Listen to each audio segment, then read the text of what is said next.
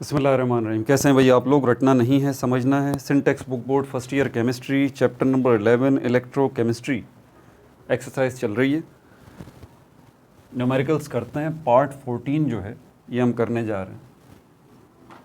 Part 14। ठीक है भाई, कॉपी पेंसिल ले लीजिए और मेरे साथ जो है ना आप न्यूमेरिकल्स कीजिए। ठीक है, पेज नंबर 237 पे पहला न्यूमेरिकल जो है वो आपको नज़र आ रहा होगा। क्या कह रहा है इसके अंदर ये?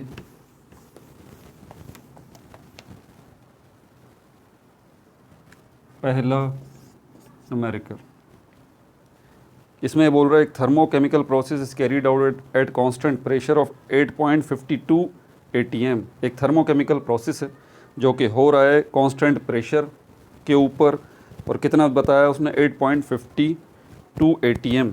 तो ये पहली इंफॉर्मेशन आपको मिल गई कि प्रेशर उसने आपको दे दिया कितना है? 8.52 atm। ठीक है भाई, आगे कह रहा है if it absorbs 15.4 kilo joules energy. Absorb करता है। ठीक है, एक एक वर्ड को ज़रा ध्यान से देना है। क्यों आपको बोल रहा है हीट, अमाउंट ऑफ हीट उसने एब्जॉर्ब किया है। कितना बताया? 15.4 किलो जूल्स। 15.4 kilo joules. आगे कह रहा है from the surrounding due to which an expansion in the volume of 4.7 cubic decimeter is occurred. तो ये अमाउंट ऑफ हीट जो ये एब्जॉर्ब कर रहा है सराउंडिंग से सिस्टम, तो उसके नतीजे में सिस्टम एक्सपेंड हो रहा है, वॉल्यूम बढ़ रहा है, एक्सपेंशन यहाँ पर हो रही है। और क्या वॉल्यूम है यहाँ पर अब मौजूदा? 4.7 क्यूबिक डेसीमीटर। 4.7 cubic decimetre. ठीक है भाई, calculate its change in internal energy. Change in internal energy आपने कैलकुलेट करनी है। सॉल्यूशन की तरफ चलते हैं। सबसे पहली बात तो आप ये बात अपने जहन में बिठा लें, यूनिट्स का। ये यूनिट्स वाला कॉन्सेप्ट जो है ना, वरना ये आपको कहीं का नहीं छोड़ेगा, ये मैं बता दूं। ध्यान से ये बात जो मैं कह रहा हूँ ना, इसको सुने और इसको नोट कर लें अपने पास कि हमारे पास एक फार्मूला जो है ना, ये वाला वर्क वाला -P डेल्टा V, ये जो है मैकेनिकल वर्क का फार्मूला है ये। ठीक है, इसमें ये प्रेशर है और इसमें ये वॉल्यूम है। यहाँ पर भी प्रेशर है एटमॉस्फेयर में, यहाँ पर भी वॉल्यूम है क्यूबिक डेसीमीटर। तो क्या यहाँ पर भी ऐसा ही होगा इस प्रेशर इस वॉल्यूम में? नहीं, ऐसी बात नहीं है। यही है प्रॉब्लम। अच्छा, एक और जगह आपको बताता हूँ। ये तो हमारे पास प्रेशर वॉल्यूम वर्क इक्वेशन आ गई ना। एक और भी तो फार्मूला, डेल्टा E जो है वो बराबर है Q + W। ये क्या है? फर्स्ट लॉ ऑफ थर्मोडाइनमिक्स की इक्वेशन, केमिकल इक्वेशन। ये इक्वेशन है फर्स्ट लॉ ऑफ थर्मोडाइनमिक्स की। अब इसमें जो W है और ये Q है, Q क्या है? Amount of heat. W क्या है?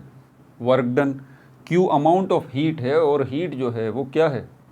Form of energy. इसका मतलब ये हीट जो है ये भी एनर्जी है। वर्क डन क्या है? वर्क डन जो है वो भी एनर्जी ही है। ये दोनों एक ही चीज़ के दो मुख्तलिफ नाम हैं जी, ये बात जहन में रखिएगा। तो एनर्जी, ये अमाउंट ऑफ हीट ये भी एनर्जी है और ये वर्क डन जो है ये भी एनर्जी है। दोनों ही एनर्जी हैं। अब यूनिट क्या है दोनों का? एग्जैक्टली इसका भी जूल है, इसका भी जूल है, इसका भी किलो जूल है, इसका भी किलो जूल है, इसका भी कैलोरी है, इसका भी कैलोरी है। क्यों? एनर्जी का यूनिट है ना जूल। इस ब्रॉड कॉन्सेप्ट को ज़रा समझिएगा। अब यहाँ पर आ जाए इसमें। ठीक है, प्रेशर वॉल्यूम वर्क इक्वेशन के अंदर ये प्रेशर, इसके तो अलग यूनिट है, एटमॉस्फेरिक भी है और दूसरा भी है, उसको छोड़ देते हैं। वॉल्यूम जो है ये क्यूबिक डेसीमीटर में हमारे पास इसका जो है वो यूनिट है। अब यहाँ पर ये जो वर्क है, फर्स्ट लॉ ऑफ थर्मोडायनेमिक्स की ये इक्वेशन, इसके अंदर ये जो वर्क है इसका यूनिट क्या होगा हमारे पास? इसका जूल्स होगा। ठीक है, इसका क्या यूनिट होगा? जूल्स होगा। अच्छा, यहाँ पर ये जो वर्क है जो कि हम फाइंड आउट करेंगे प्रेशर और वॉल्यूम की मदद से, मैं कर लेता हूँ। ये रहा, ये वर्क डन आपने फाइंड आउट किया माइनस प्रेशर कितना है आपके पास 8.52 मल्टीप्लाई बाय वॉल्यूम कितना है आपके पास 4.7, इसको मल्टीप्लाई करेंगे तो क्या जवाब आएगा आपके पास, आएगा -40,004 -40.00044, ये आ गया। ध्यान से सुनिए, ये जो फर्स्ट लॉ ऑफ थर्मोडायनामिक, क्योंकि आप बदतरीन गलतियां करेंगे इसके अंदर, ये मैं पहले ही बता रहा हूँ, इसलिए ध्यान से सुन लें और नोट कर लें, बार बार इसीलिए रिमाइंड करा रहा हूँ। ये फर्स्ट लॉ ऑफ थर्मोडायनामिक्स की इक्वेशन है, इसमें जो वर्क है इसका यूनिट क्या है, जूल, किलो जूल्स, ठीक हो गया। ये जो वर्क है इसका यूनिट जूल नहीं है, इसका यूनिट जूल नहीं है, इसका यूनिट क्या होगा ये बताएगा। ये देखें, ये वर्क किससे बना है 8.52, ये देखें प्रेशर, ठीक है, प्रेशर का यूनिट क्या है, ये रहा ATM, और वॉल्यूम का यूनिट क्या है, क्यूबिक डेसीमीटर, और ये दोनों की वैल्यूज़ को जब आप मल्टीप्लाई करके यहाँ -40.044 क्यूबिक डेसीमीटर, अब जो यूनिट ऑटोमेटिकली वर्क का निकलेगा वो जूल नहीं निकलेगा, वो निकलेगा ATM cubic decimetre, ATM cubic decimetre. तो अगर आप इस वैल्यू को यहाँ पर एज इट इज़ W की जगह पर पुट करेंगे तो इसका यूनिट क्या है, ATM dot cubic decimetre. First law of thermodynamics की इक्वेशन ये जो है, इसमें W जो है इसका यूनिट कौन सा होना चाहिए, जूल्स में। अब क्या करें, कन्वर्जन, आपको यहाँ पर कन्वर्जन करनी पड़ेगी, दूसरा ऑप्शन ही नहीं है आपके पास, क्योंकि इसको आपको यूज़ करना है फाइनली। क्यों यूज़ करना है भाई, क्योंकि वो आपसे बोल रहा है delta E change in internal energy find out कीजिए, तो ये रहा फर्स्ट लॉ ऑफ थर्मोडायनामिक्स के अंदर, ये रहा डेल्टा E। इसके लिए अमाउंट क्यू चाहिए आपको, क्यू ये रहा किलो जूल्स में। तो फर्स्ट लॉ ऑफ थर्मोडायनामिक्स के अंदर क्यू भी जूल्स में आएगा, W भी जूल्स में आएगा। आपका इस इक्वेशन को यूज़ करते हुए वैल्यूज़ के मुताबिक जो चीज़ आ रही है वो जूल्स में नहीं आ रही, ATM डॉट क्यूबिक डेसीमीटर में आ रही है। कन्वर्जन कर लें, यहाँ पर आपको पता होना चाहिए कि 1 ATM डॉट क्यूबिक डेसीमीटर ये बराबर है 101.325 जूल्स के। कितने, जूल्स के, ठीक है भाई। अच्छा, यहाँ पर क्या आएगा, किलो जूल्स आएगा यहाँ पर, ठीक है। अच्छा, बहरहाल यहाँ पे ले लेते हैं। तो अब क्या करना है, कन्वर्जन करना है आपको। कन्वर्जन के लिए जब आपको ये पता है कि 1 क्यूबिक डेसीमीटर बराबर है 101.325 जूल्स के, तो फिर ये 40.044 ATM डॉट क्यूबिक डेसीमीटर ये कितने के बराबर होगा, आप इससे इसको मल्टीप्लाई कर दें 101.325, क्या जवाब आएगा, ये मैंने सॉल्व करके यहाँ पे रखा हुआ है।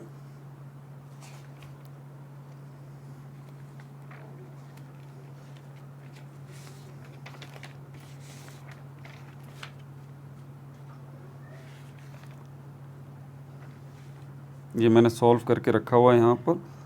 तो ये कन्वर्जन, अच्छा ये हो गया, तो ये आपके पास बनेगा -4057 -40, ये माइनस में था ना, ठीक है, ये माइनस में था इस फॉर्मूले को यूज़ करते हुए। तो ये -4057.45 जूल्स, ठीक है भाई। तो आपका ये वर्क डन जो है, जो कि ATM डॉट क्यूबिक डेसीमीटर में था, आप किस में आ गया, जूल्स में आ गया, आपने कन्वर्जन कर लिया इसके मुताबिक। लेकिन जूल्स में आया, यहाँ पर क्या चाहिए, किलो जूल्स, किलो जूल्स, ये भी किलो जूल्स में होगा, ये भी किलो जूल्स में होगा। तो अल्टीमेटली अब इस जूल्स को किलो जूल्स में कन्वर्ट करने के लिए आप इसको डिवाइड कर दें 4057.4583 डिवाइडेड बाय 1000। तो जब आप इसको 1000 से डिवाइड करेंगे तो आपके पास जवाब आएगा -4.0574 किलो जूल्स, -4.0574 किलो जूल्स। अब आप इसको इस इक्वेशन में पुट कर सकते हैं, तो आपको चेंज इन इंटरनल एनर्जी पता लग जाएगा। क्या है, 15 0.4 ये आ गया, ठीक है, प्लस इसकी क्या वैल्यू है, -4.0574 ये आ गया, -4.0574। तो इसको जब माइनस करेंगे तब जाके आपके पास बुक वाला जवाब जो है आपका वो आ जाएगा। ये याद रखिए, हर दफ़ा जो है बुक वाला जवाब जो है वो सही नहीं होता। 11.34 kilo joules, 11.34 kilo joules change in internal energy. अच्छा, मज़े की बात देखें यहाँ पे, ये अमाउंट ऑफ हीट है, ये क्या है, ये भी एनर्जी है। वर्क डन क्या है, ये भी एनर्जी है। इंटरनल एनर्जी ये तो है ही एनर्जी। तो भाई एनर्जी का यूनिट क्या है, जूल्स। तो इन सब का यूनिट, इसका भी जूल्स, इसका भी जूल्स, किलो जूल्स ये आ गया। तो एनर्जी का गेम है सारा का सारा यहाँ पे। ठीक है भाई, पहला वाला मसला हल हो गया। दूसरी की तरफ चलते हैं। दूसरी एक प्रॉब्लम,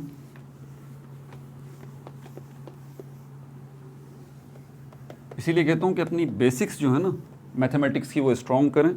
बेसिक्स ऑफ मैथमेटिक्स की पूरी प्लेलिस्ट मैंने बना रखी है, उसको देखें, प्रैक्टिस करें। 15-16 वीडियोज़ हैं, सब सिखाया है उसके अंदर, ये कन्वर्जन, साइंटिफिक नोटेशन, सब कुछ।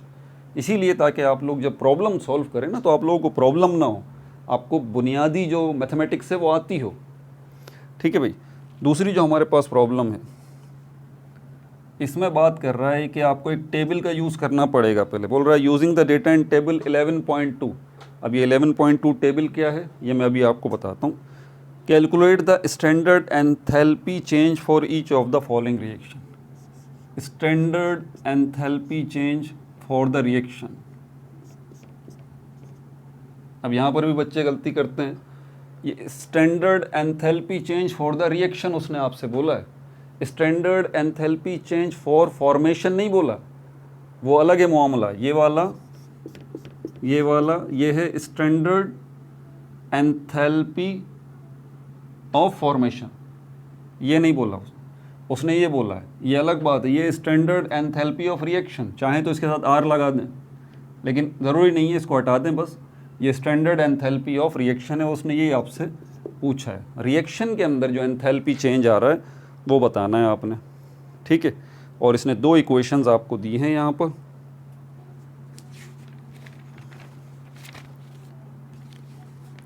और उसने बोला है टेबल 11.2, ये अभी टेबल में अभी आपको बता देता हूँ। ठीक है, ये आपने कैलकुलेट करना है। पहले उसने ये बोला है, पहली इक्वेशन उसने ये दी है, इसके अंदर 2 मोल हाइड्रोजन सल्फाइड के हैं। ठीक है भाई, 3 मोल जो हैं वो ऑक्सीजन गैस के हैं, और उसके बाद 2 मोल जो हैं वो वाटर के हैं, प्लस 2 मोल जो हैं वो सल्फर डाइऑक्साइड के हैं। एक तो ये है, इक्वेशन के आगे लिखा हुआ होता है ना delta H is equal to, यही वो आपसे पूछ रहा है। तो हर इक्वेशन के आगे जो ये लिखा हुआ होता है ना डेल्टा एच, पॉजिटिव नेगेटिव, जिसको आप ये समझते हैं कि ये एक्सोथर्मिक रिएक्शन है या एंडोथर्मिक रिएक्शन है, होता है ना, एंथैल्पी चेंज इक्वेशन के आखिर में लिखा होता है। यही तो है असल में वो स्टैंडर्ड एंथैल्पी ऑफ रिएक्शन जिसको कह रहा है। समझ में आ रही है बात आपको? और ये एक्सोथर्मिक को रिप्रेजेंट कर रहा है या एंडोथर्मिक रिएक्शन को रिप्रेजेंट कर रहा है। बहरहाल एक इक्वेशन तो आपके पास ये हो गई। दूसरी इक्वेशन, 2 सवाल दिए हैं इसने। आयरन ऑक्साइड है Fe2O3 plus 3 mole carbon monoxide के हैं, और 2 मोल जो हैं वो आयरन के हैं, प्लस 3 मोल जो हैं वो कार्बन डाइऑक्साइड के। ठीक है भाई। अब इसमें से पहला वाला जो है वो ले लेते हैं। हेसिस लॉ अगर आपको याद हो, Hess's law, 2 hydrogen sulphide plus 3 mole oxygen के और 2 मोल वाटर के और 2 मोल सल्फर डाइऑक्साइड। अब ये देखें टेबल जो ना मौजूद है already, standard enthalpy of formation का पूरा डेटा उसने ऑलरेडी दे रखा है। अगर आप पीछे चलें तो ये टेबल यहाँ पे मौजूद है पूरा का पूरा।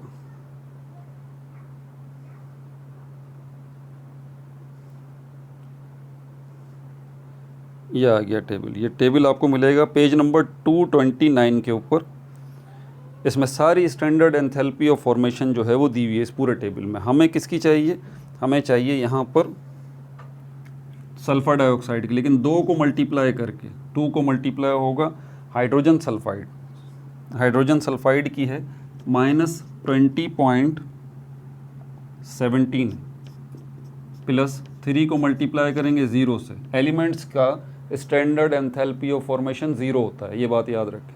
तो ये एलिमेंट है, ठीक है। तो 3 मल्टीप्लाई बाय 0 करेंगे इसको, 2 मल्टीप्लाई बाय वाटर जो है इसका -285.8 है, -285.8 plus 2 multiply by sulphur dioxide का -296.8, -296.8, ठीक है भाई, ये आ गया।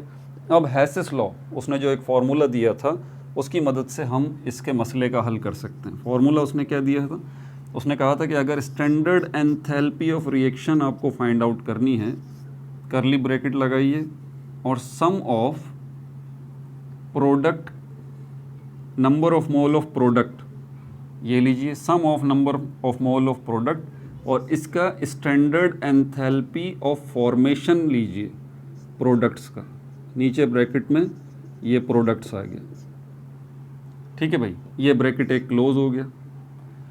इसको आपने माइनस करना है रिएक्टेंट्स के सम से। रिएक्टेंट्स के सम के लिए आपके पास क्या आना चाहिए, sum of number of mole of reactant NR, ठीक है।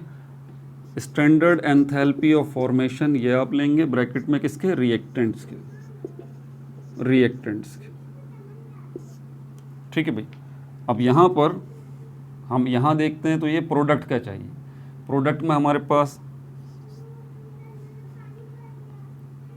2 मल्टीप्लाई बाय -285.8, ठीक है, प्लस फिर क्या है सल्फर डाइऑक्साइड का 2 मल्टीप्लाई बाय -296.8, ठीक है भाई।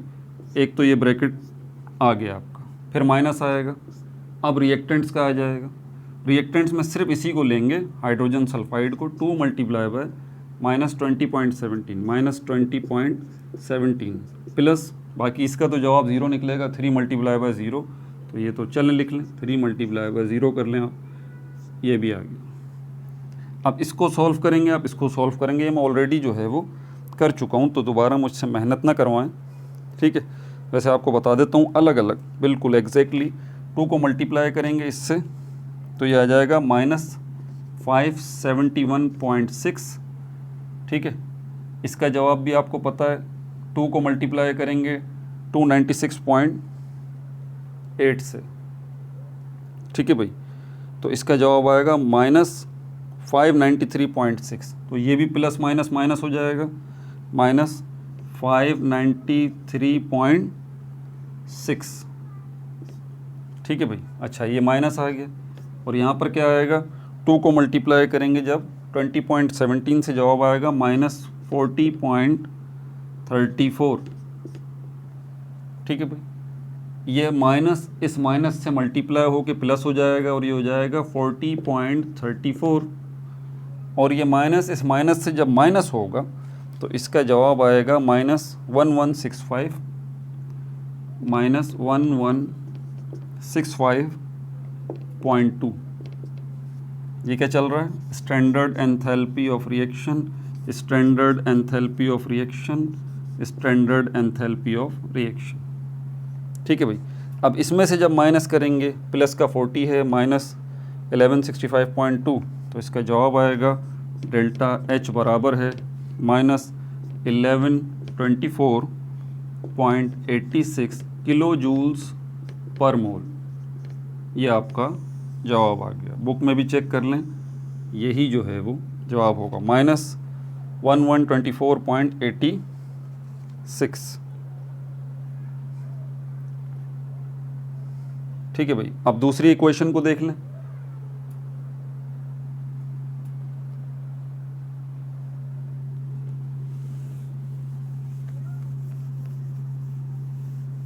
दूसरी इक्वेशन के अंदर भी एक एलिमेंट है, ठीक है, ये रहा। इसका स्टैंडर्ड एंथैल्पी ऑफ फॉर्मेशन 0 होगा, नंबर 2, ठीक है। 3 कार्बन मोनोऑक्साइड, 2 आयरन के मोल हैं, और 3 कार्बन डाइऑक्साइड। इनका अलग अलग अगर हम डेटा लें टेबल से ही, उसी टेबल से 11.2 टेबल से ही आपको मिल जाएगा। आयरन सल्फाइड का -824.2 plus 3 multiply by carbon monoxide -110.5, फिर 2 मल्टीप्लाई बाय 0, ये तो एलिमेंट है, ठीक है। उसके बाद plus 3 multiply by carbon dioxide का 393.5। अब फॉर्मूला लगाएंगे स्टैंडर्ड एंथैल्पी ऑफ रिएक्शन के लिए, ठीक है भाई। प्रोडक्ट का सम लेंगे, number of moles of product, ठीक है। स्टैंडर्ड एंथैल्पी ऑफ फॉर्मेशन किनका, प्रोडक्ट्स का, ब्रैकेट में छोटा सा आएगा नीचे प्रोडक्ट्स, इसको माइनस करेंगे sum of number of mole of reactant, standard enthalpy of formation of reactants,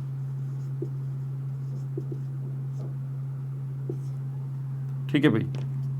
अब यहाँ पर प्रोडक्ट्स का हमारे पास ये देखें, ये तो हो गया, इसको तो लिखने की ज़रूरत नहीं है, तो 0 हो गया, ठीक है। ये तो 0 हो गया, इसको लेंगे 3 मल्टीप्लाई बाय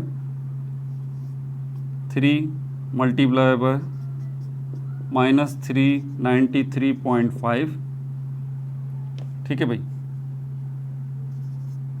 बल्कि ब्रैकेट ये वाला ले लेते हैं यार, छोटा वाला ब्रैकेट, ठीक है भाई। तो इसका तो जवाब ये आ जाएगा। अभी देखते हैं क्या जवाब निकलेगा इसका। रिएक्टेंट्स का सम ले लेते हैं। रिएक्टेंट्स का सम जो है हमारे पास -824.2 प्लस 3 मल्टीप्लाई बाय -110.5, ठीक है भाई। इसको जब हम सॉल्व करेंगे तो इसका जवाब आएगा, मैंने कैलकुलेशन की हुई है इसकी, -1180.5 माइनस यहाँ पर क्या जवाब आएगा, -824.2 माइनस 3 को 110 से मल्टीप्लाई करेंगे, बनेगा 331.5। इसको और आगे लेके चलेंगे, माइनस ये माइनस माइनस प्लस होके हो जाएगा -1155.7, और इसको इसी तरह ले लेते हैं -1180.5, ठीक है भाई। अब ये माइनस माइनस से मल्टीप्लाई होगा, प्लस हो जाएगा 1155.7, और ये -1180.5। क्या जवाब आएगा इसका, आगे ब्रैकेट लगा, एरो लगा के आगे कर देता हूँ। इसका जवाब आएगा -24.8। तो एंथैल्पी ऑफ फॉर्मेशन जो निकलेगा यहाँ पर, एंथैल्पी ऑफ रिएक्शन जो निकलेगा वो -24.8 किलो जूल्स पर मोल। ये आ गया भाई, ठीक हो गया। अच्छा, एग्जाम्पल ये न्यूमेरिकल 3 जो है हमारे पास, तीसरा, ये भी बिल्कुल एज इट इज़ वैसा ही है। देखिए इसके अंदर तो हमने इक्वेशन में मेहनत की है ना काफ़ी, इक्वेशन लिख के नीचे इसको लिखा है, फिर ये फार्मूला लगाया है, फिर हमें जवाब मिले हैं ये मल्टीप्लाई करके। ये अगर ये हमें मल्टीप्लाई हुए हुए इसी तरह ये वैल्यूज़ मिल जाएं तो फिर तो हमारे लिए काम बड़ा आसान हो जाएगा ना। तीसरी प्रॉब्लम में असल में यही है।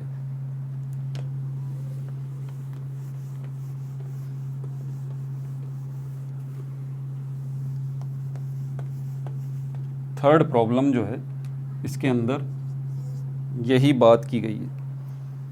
थर्ड प्रॉब्लम के अंदर पढ़ के बता देता हूँ आपको, ताकि आपको ये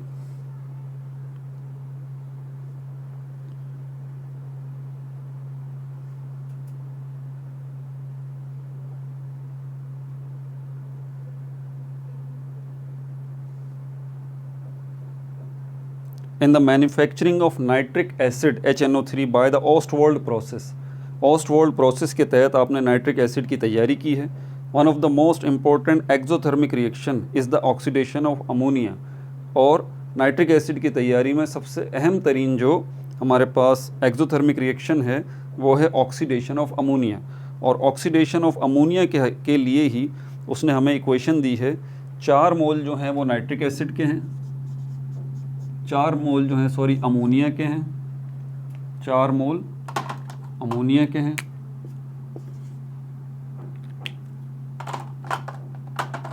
4 मोल जो हैं वो अमोनिया के हैं और 5 मोल जो हैं ऑक्सीजन के साथ रिएक्शन हो रहा है, प्लस 5 मोल ऑफ ऑक्सीजन इसके साथ जो है वो रिएक्शन हो रहा है। 4 मोल नाइट्रिक ऑक्साइड के बन रहे हैं, ठीक है, और 6 मोल जो है वो वाटर के बन रहे हैं, H2O। ये हो गया। अब देखें, इसने determine the standard heat of reaction बोल रहा है, ये फाइंड आउट करके दिखा। वही बात बोल रहा है हमसे, ये फाइंड आउट करके दिखा। तो वही फार्मूला लगेगा, लेकिन उसमें चेंजेस क्या आएंगी? क्यों? क्योंकि उसने हमें बहुत सारी चीज़ें दे दी।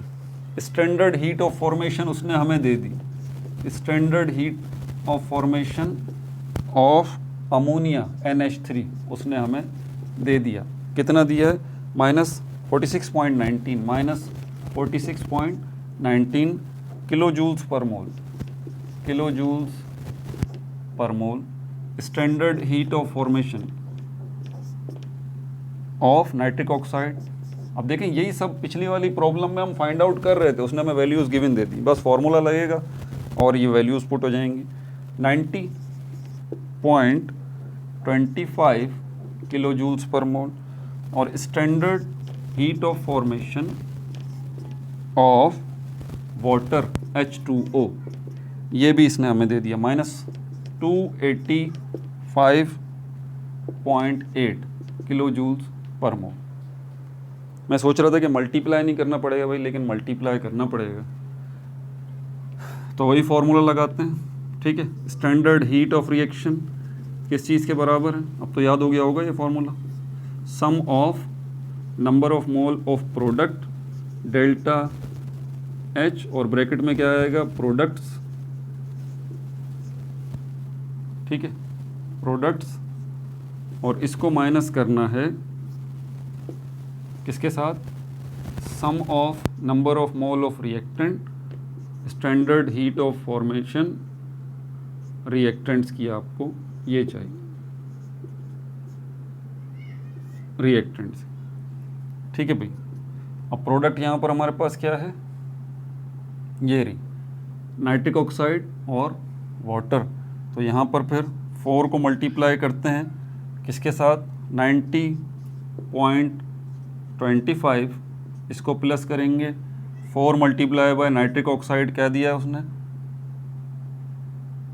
सॉरी 6 लेंगे ना, 6 मल्टीप्लाई बाय वाटर का क्या दिया है? -285.8, ठीक है, ये मामला निमट गया।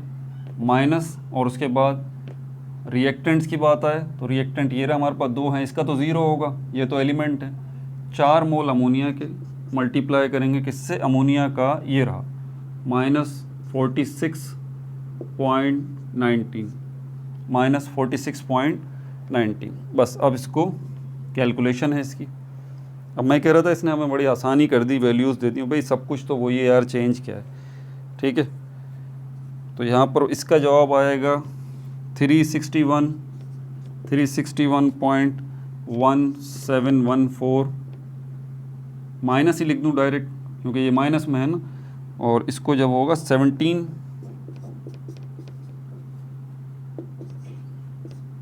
ठीक है भाई, ये आ गया। अच्छा, -4 को मल्टीप्लाई करेंगे तो ये -184.76, ठीक है भाई। अब ये इससे मल्टीप्लाई होगा तो ये तो प्लस हो जाएगा 184.76। इसका जवाब क्या आएगा? एक प्लस में एक माइनस में, ज़रा ध्यान से कीजिएगा। 361 प्लस वाला है और ये 1714 वाला माइनस वाला है, तो बड़ी वैल्यू माइनस वाली है, तो आपका जवाब माइनस में यहाँ पर आएगा, वो आएगा 1353, 1353.8, ठीक है भाई। अब तो आसान है। अब ये इसमें से इसको माइनस करेंगे तो -1169.04 किलो जूल्स पर mole standard heat of formation, ये भी आ गया, ठीक है भाई। बाकी अगले पार्ट के अंदर इंशाल्लाह 4th प्रॉब्लम, 5th प्रॉब्लम और 6th प्रॉब्लम जो है इसको देखेंगे। प्रॉब्लम सॉल्व करना मुसीबत नहीं है यार, बात को थोड़ा सा समझो। प्रॉब्लम सॉल्व करना कमाल की बात नहीं है, सारे बच्चे रट्टे मार मार के प्रॉब्लम को सॉल्व करना उनको आ जाता है, लेकिन पूरी समझ के साथ करें ना। किसी भी चीज़ को, किसी फॉर्मूले को अगर हम यहाँ पर यूज़ कर रहे हैं, उसके पीछे लॉजिक क्या है, दूसरा क्यों नहीं कर रहे भाई, इसी को क्यों कर रहे हैं। तो ये सारी चीज़ें आपको आनी चाहिए। ठीक है भाई, अपना बहुत ज़्यादा ख्याल रखिएगा। No like no subscribe, only share.